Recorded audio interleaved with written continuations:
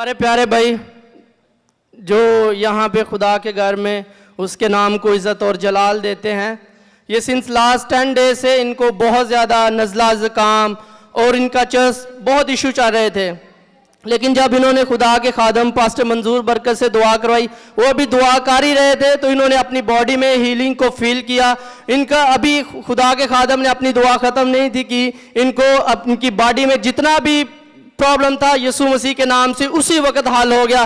और खुदा के खादम के लिए और खुदा के जिंदा नाम के लिए हम जोरदार ये तालियां बजाते हैं, क्योंकि वो ये सब मौजज़ाना कुव्वत रखता है और वो कुव्वत वाला खुदा है। हालेलुया।